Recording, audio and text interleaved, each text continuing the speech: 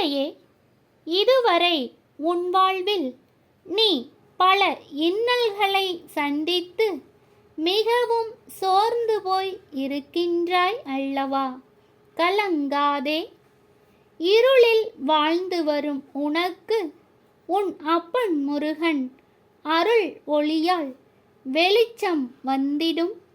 மனதில் சந்தோஷமும் மகிழ்ச்சியும் பிறந்திடும் பிள்ளையே.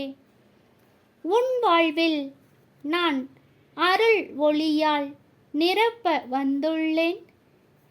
என் முகம் கண்டவுடன் 1000 கவலைகள் இருந்தாலும் நீ அதையெல்லாம் மறந்து சந்தோஷம் ஒரு நிமிடம் உன் முகத்தில் தெரிகின்றது அல்லவா?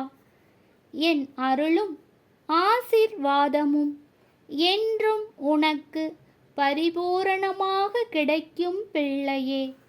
நல்லதே நடக்கும், நல்லது மட்டுமே நடக்கும்.